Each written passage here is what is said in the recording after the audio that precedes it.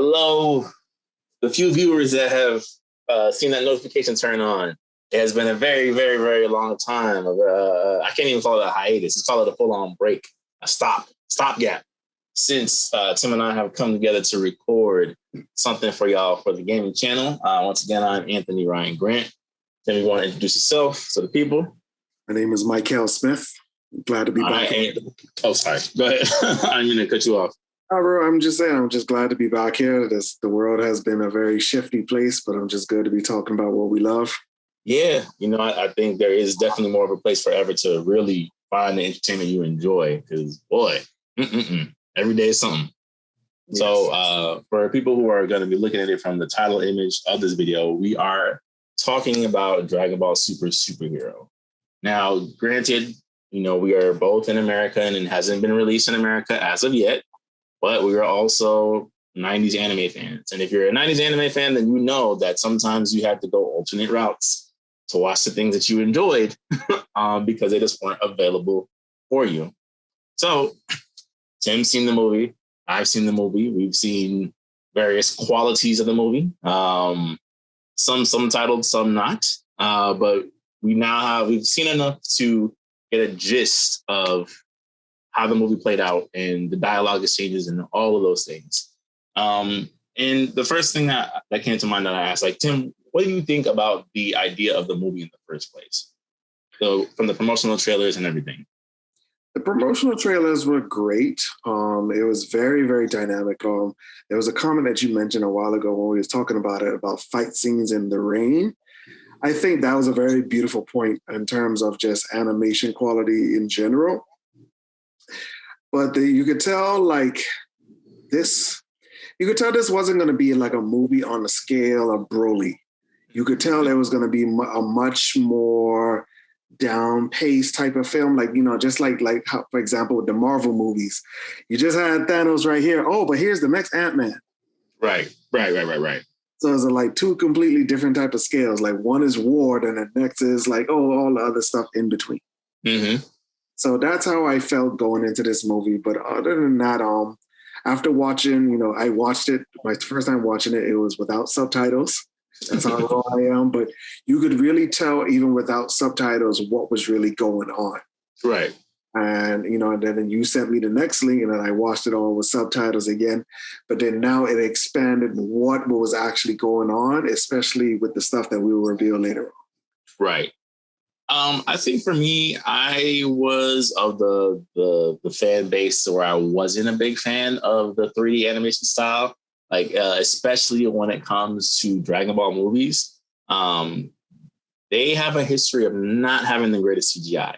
Even from Battle of the Gods, Resurrection F, even Broly. There's a couple of scenes of CGI where you're just like, ooh, this looks ugh. So when they're like, yeah, we're gonna do this as a mostly CGI movie, I'm just like, why is Dragon Ball the experimental CGI package, especially when we had something that with Broly that some would argue was probably the best animation we've seen of that series to date, but as things kind of got revealed, I was like, this doesn't look bad. It doesn't look bad. And after watching the full movie, I'm like, some of it actually looks really good. I think the ironic thing is that there are parts, and as of this recording, they released a little promo of the first 5 minutes of the movie where it isn't 2D animation. And after seeing that 2D animation, it just makes me think, yes, they should have just animated this in 2D. They really just should have just animated it. The 2D scenes just look so good. And you're just like, oh, man. Yes, it was very crisp. I saw that clip on Twitter the other day. I was like, wow, this, once again, this was a very nice, clean piece of animation right here. Yeah, man. So when the fact that, you not only wish that you guys may have kept it in 2D, but you actually see 2D clips in the movie, you're just like, I don't know if I can fully get behind your 3D push. I do think that it makes for some, like I said to you when we were texting, some very interesting cinematography. I think the rain scene looks a lot cooler in 3D, with the way the camera can spin. There was another scene I feel like that I saw that I thought was really good. When Piccolo has his rematch with Gamma 2, and they're fighting all alongside the Red Ribbon base. I'm like, that was cool. I thought that was okay, this was an interesting use of 3D. Not sure if I would want to see it again in the future, though. You know, like I would say that that's my takeaway. I don't think that's something that I would want to see again. And to your earlier comment, like I do think, yes, this is the post Endgame Dragon Ball-esque movie where it's like Broly was as adrenaline pumping as you could probably get for a film. Like just everything was just thrown at us from a visual standpoint. And kind of having this, like you said, like almost like Battle of Gods-esque slice of life. Here's what they're doing in their downtime. Definitely felt like a step back, but I think the characters that they used helped. Yes. You know, I don't think this would have been as interesting if it was the Goku Vegeta show once again with a slice of life. I think you have the characters who, you know, have a little bit more going on outside of training every single day, you know, and I think that helps have like push this movie along. So I guess going to my next thing, how did you feel about Piccolo and Gohan, and I guess essentially Pan being the main characters of this movie? I was very excited. The only thing that I still feel is just that awkwardness about it. It's like, all right, this is the third time we're pushing Gohan to take his power seriously. I think like, especially coming from like fans of the beginning of Dragon Ball Z, like even Dragon Ball, like, yeah, even though Gohan wasn't part of that, but you know, from Dragon Ball Z till now, is like, why is this always the same continuous story with Gohan? And you would have thought, like, you know, especially after the Tournament of Power and even the Moro Saga, you know, technically, since this takes place right after that, you would have thought, why are we still having this discussion? Why is this even a thing? Right. And it's kind of like sometimes this is what my thing with the movies is. It's kind of like you're kind of like taking steps back. It's like last time I checked, Gohan in the Moro fight was very, very serious. Like, you know, the next arc is basically all about Goku and Vegeta with the Granola arc. But my thing about it is what happened to that motivation from there till now? Right. And, you know, like I said, I've always appreciated Piccolo because he's always been a very balanced warrior to me. He's always type like, I'm always prepared for war, no matter what it is.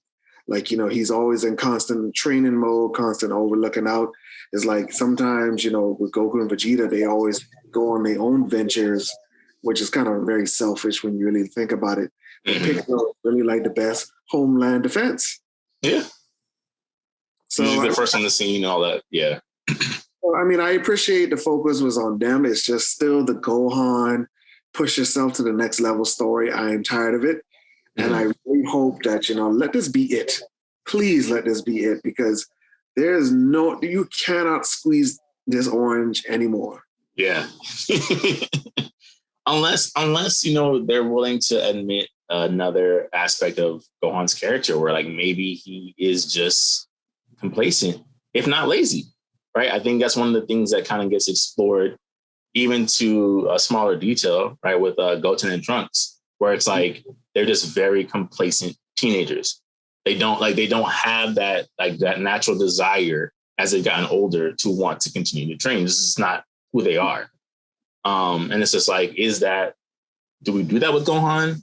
Do we not do that with him because he's such a crowd favorite? You know, because like you said, like that was one of my issues with the movie as well, where it's like, we're hitting the same story beats with this man yet again. And I do appreciate that there is some nuance. Like it's not as extreme as it was during Resurrection of Frieza, where he's just like, I don't even know where my martial arts uniform is. You know, like the fact that he had still kind of been training, and, you know, the fact that, you know, by the end of the movie, he's revealed that he was learning or trying to teach himself how to do the special beam cannon. You know, I'm like, all right, you know, like he hasn't slacked off entirely. But it's still just kind of like, all right, you know, like at this point, this man is in his 30s. You know, this lesson has been beaten to his head several times. At what point do you like step up and like, all right, I know what I got to do? You know, Goku, my dad, and Vegeta aren't necessarily the most responsible duo, you know, even though they're the most powerful. And when they're not away, or when the time comes that they do pass because they are significantly older than him, then what happens? You know, so I think there is something to be said about like, all right, this needs to be the last time we see this with Gohan. In terms of Piccolo, to me, I like the fact that he was essentially the main character. of the movie. I think it was very much overdue. I feel like ever since the Majin Buu saga was introduced, although there was a respect there, he wasn't taken nearly as seriously. I think in terms of, Battle of the Gods is kind of the exception because they're fighting a god and everybody kind of gets bodied. But then I look at like Resurrection F, which I just rewatched the other day, and it's like he's like struggling against Frieza's army. And we know, like, to his character, like he trains all the time. And it's just like to have him kind of like he's struggling against Frieza's army. In the Broly movie, he's kind of used as a comedic relief. I'm just like, yo, what are we doing with this man? Like, you can't, like, this is not a Krillin. This is not like a Yamcha. Like, this is somebody who constantly is training and getting his skills better. And we never see it. That's very true. Even when I go back to the fight that he had when, this was the anime version, when he fought the two Namekians from the other universe. Mm-hmm. Now, you could tell, like, in terms of the dialogue that they had, that they were like inspiring something in him to really get to know his Namekian side of his culture more. Because, the way Dragon Ball has gone right now, especially, like, I gotta say for what it is, like, in Majin Buu saga was the turning point. It's basically, if you're not a Saiyan, you are nobody. Mm. You are absolutely nobody, or some alien, or even now as of Super, if you're not even an android, you're nobody. It's kind of like, it's like so many characters, like, with such a rich history are being singled out. And, this goes back to my comment earlier, coming from Dragon Ball, the King Piccolo saga, and then with this is Piccolo Jr. and how that, that transferred over into the Raditz saga, and even him getting exposed to his Namekian culture in the Namek saga. It's kind of like, bro, like, why are we doing this to Piccolo? Mm-hmm. So, like, even in terms of, like, the way he was treated, like, in the beginning, like, the Gammas was really giving him the business, like, even after his first power-up. It wasn't until, like, his second power-up where he was just basically, all right, I can show you what I really could. But then, they took that away, quick enough when, the copy of Cell came into the picture and things of that nature. But then that's why I say it was like plot armor for, like, Gohan to really push himself. Because I kind of feel like he threw that battle, because I was like, bro, you mean to tell me, like, all of a sudden Cell is just getting all these hits on you with one hand? Mm-hmm. Mm-hmm. So and then the fact that he forgot he couldn't go giant anymore. So it's like, you could tell, like, a lot of this stuff is for comedic relief, which I don't appreciate. Like, even the factor of this constant factor of just, with Goten and Trunks of not being able to, like, fuse or be of any use. Majin Buu always in this hibernation mode. It's like, bro, please stop. Mm-hmm. Stop. There's so much more you could do with these characters.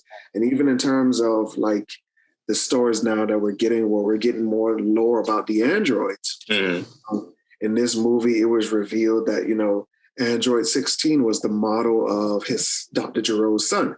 Mm-hmm. And of course, Android 21, the one that we played in Fighter Z, was Dr. Gero's wife. Mm-hmm. And they realized, they found, like, a family member who was related to him. So that's who built the android. So, and he now works for Bulma. So this is really opening to the opportunity. All right, are we going to explore more androids in the future? What is to become of his story? Will he become a villain again? Will he become a hero? But it's just, there's a lot of stuff that we could really do past all this focus on the Saiyans. Right.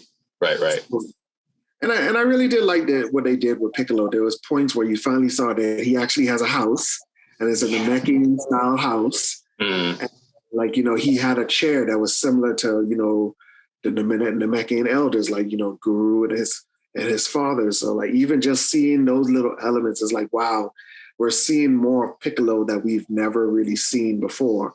So he's just not this constant nomad just flying around the world places. Like, he actually has a place to call himself home. Right. I guess that's a great transition into like the next, I guess, like phase of this is like, what would you say was probably your most, we'll start there. What were your most enjoyable parts of Superhero? Well, besides the ones you just mentioned with like. I love the chemistry of Gamma 1 and 2. I love their chemistry. One was a more playful one. The other one was a very more serious one. But you tell like they stuck to their programming, because even when Piccolo was trying to cause a scene with Pan, but even though it was staged, the fact that like a fight is going on, but this is what they see. Like, no, what are you doing? Like, that's not what we're doing here. And it's like, and I love that type of energy. And then to be honest, I've always had a good favoritism with androids. Like since like 17, 18, 16, like I've always enjoyed their personality. And it's the fact that, these are machines technically, but then they have so much life with them and they're so strong. In terms of like when they were learning, the moves of the Z Fighter. So like as the fight goes on, they're learning from you. So like you could even tell like in terms of like, Dr. Hito, he went above his grandfather. Because look at 17 and 18, their power never runs out. But then even though with them, they were different type of androids, they were eventually human. Right. So they're humans first that were converted into androids. Yeah, but then apparently they still they're like hybrids. Right. So, but then these are ones that are constantly learning your moves to the point where it's like, it's not to say maybe they're overly powerful, but then maybe they're just overly skilled. And I loved, gotta say it for what it is, Piccolo's transformation, Orange Piccolo. Orange Piccolo with the Namekian tree symbol. I felt like that was a lot of justice towards his Namekian heritage. And I do feel like this really should push him to really like explore it. Like, cause bro, like you have Dende, who's basically still like your brother because you're still fused with Nail. Like to learn things about your culture. Like maybe you could probably learn new moves. Because, like, to be honest, and I guess I'm talking for the games, so to speak, but bro, we're all Hell's Own Grenade out. We're all Hell's Own and Spirit Special Beam Cannon out. So, like, we need some more moves in the arsenal here because you're starting to really realize, bro, like, everything is just the same Ki blast over and over. But what I really appreciated what they showed in the Moral Saga was techniques to, like, turn the tide of battle. And that really brought me back to like Dragon Ball, like for example, the evil containment wave. Like that was a very serious thing. Even though like when Master, like just all the techniques that Master Roshi, Tien and them used to show that have become such a staple in Dragon Ball culture, I do feel like, Piccolo needs to explore more things that are native to him. Right now, everything is Super Saiyan, mix a little God Ki this, but then super that, but then it's like, where's the Namekian side of all of this? Right. Okay. Is there anything else? Where I get my points? Of course, we'll get into the negatives shortly after. Actually, yeah, just Gamma 1 and 2, and Piccolo's transformation. That was my best part. Okay. For me, what did I enjoy a lot? I actually enjoy Pan a lot. I wasn't expecting for me to enjoy her. Like of course, we didn't know what was going to be involved prior to seeing the movie. So this idea of, yes, she's a daughter of Gohan and Videl, but she's still a kid. She's 3 years old. So when you're seeing the promotional trailers and you see her getting kidnapped, it's like, all right, yeah, we don't know how much of a fighter she is at 3.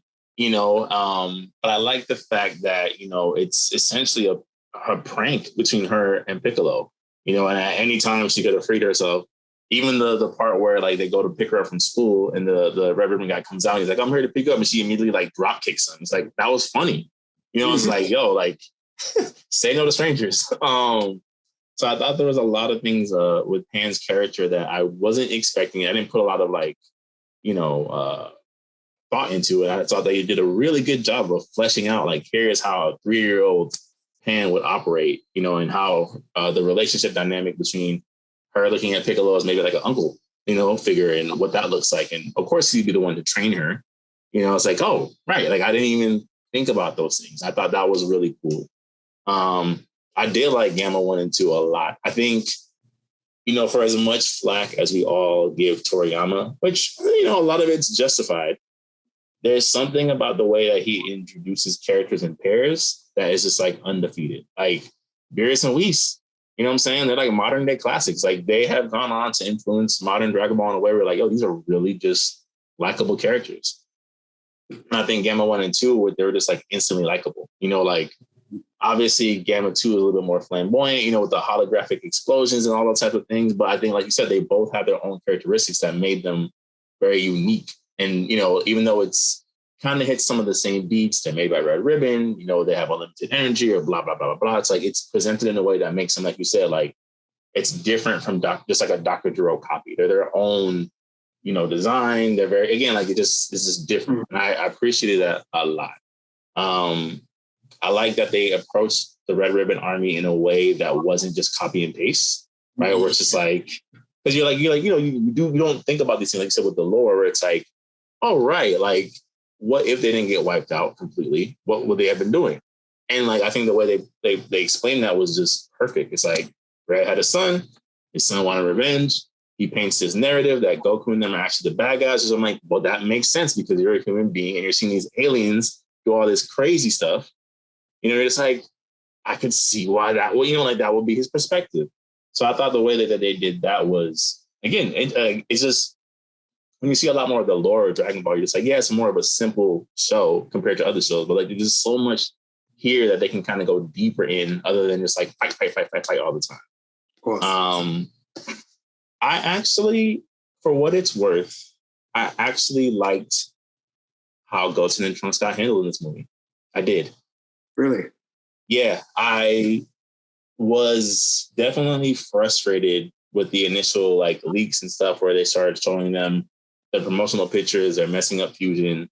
You know, it was pretty much all but implied that Fat Gotenks was coming back. So it's kind of just like a tease of like, oh, you wanted to see Teen Gotenks? Here he is. It's like, that's not what I envisioned when I thought of an adult Gotenks, but whatever. But I liked it because, one, they actually did something different, right? Like Fat Gotenks was actually useful in a comedic way that I don't think broke the movie.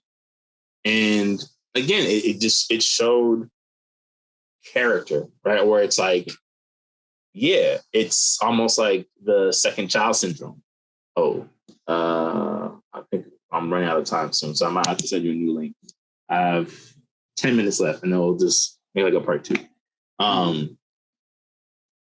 It's almost like, yeah, the youngest child syndrome, where it's like the oldest child is kind of expected to carry the brunt and the responsibility and, you know, figure out their way, where the second child is a little bit more spoiled.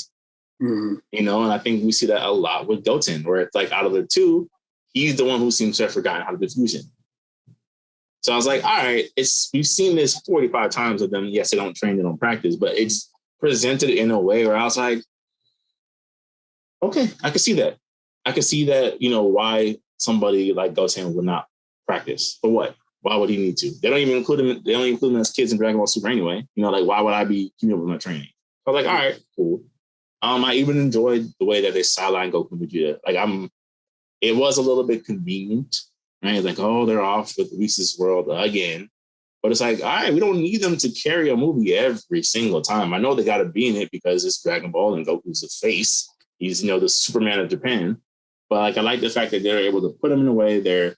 It's not just, you know, plot convenience. It's just like, this is what they would realistically be doing, which is, you know, being protectors of Earth and doing a terrible job with it because all they love to do is fight. And I'm sure like the idea of being able to spar with Broly again was like, of course I'll go to Whis' planet, you know, to fight Broly again. So I enjoyed that. I enjoyed I said the last thing I really enjoyed was the change of locale, right? I think we've had enough of the Rocky Mountain Barren Wasteland fight. So the fact that the fight mostly took place in the Red Ribbon base was dope. You know what I'm saying? Like Piccolo and Gamma 2 are fighting on top of cars and, you know, you're watching them smack away Ki Blast and the Ki Blast might hit a Red Ribbon Soldier or two. It's like, this is, this is different. Yes, there was a lot of collateral. Yeah.